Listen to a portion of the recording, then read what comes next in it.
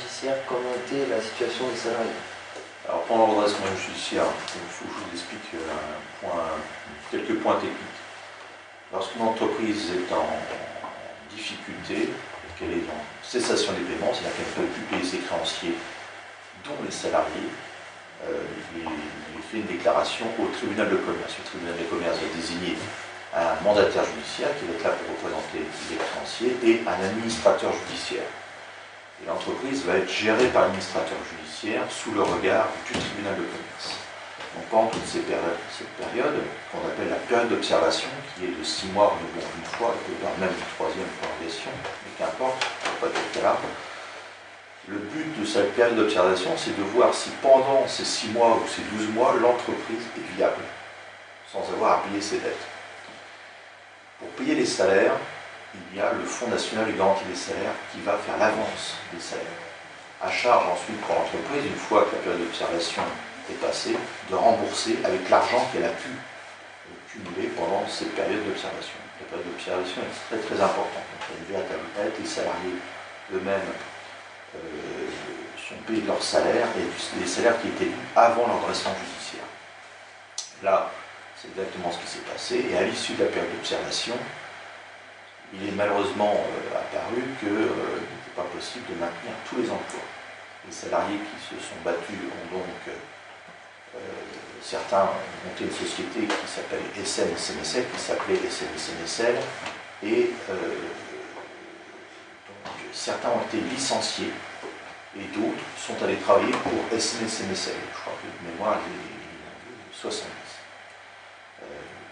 Donc cette société SN-SNSL a repris le fonds de commerce, l'activité de SNSL, et a continué à travailler avec certains clients. Et voilà, pour monter une entreprise comme ça, il faut, comme je vous disais, des fonds propres, des capitaux.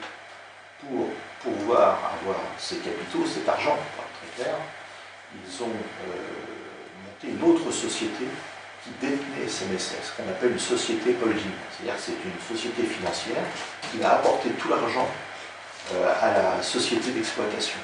Et ils ont pris leur prime de licenciement, la plupart, qu'ils ont mis dans la société financière pour ensuite la remettre dans la société d'exploitation. Alors pourquoi on crée des sociétés holding?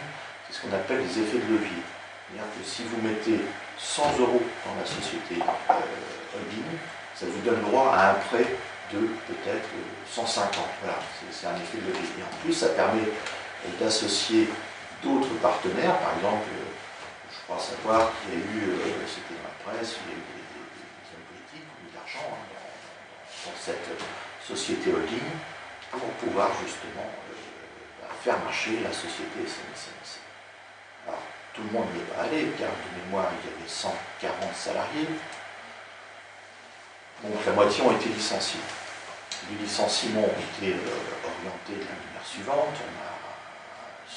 Ceux qui ont été repris ont été ceux qui répondaient à certains critères. On a regardé l'âge, l'ancienneté, la situation de famille et les compétences. Et en fonction de ces 4 critères, eh bien, l'administrateur judiciaire va choisir les gens à licencier. À cela s'est rajouté un 5e critère qui était le plus intéressant, c'est le volontaire. Certains salariés étaient volontaires au départ. Ils voulaient se faire licencier parce qu'ils avaient trouvé un travail. Alors, ceux qui sont partis avec les SMS,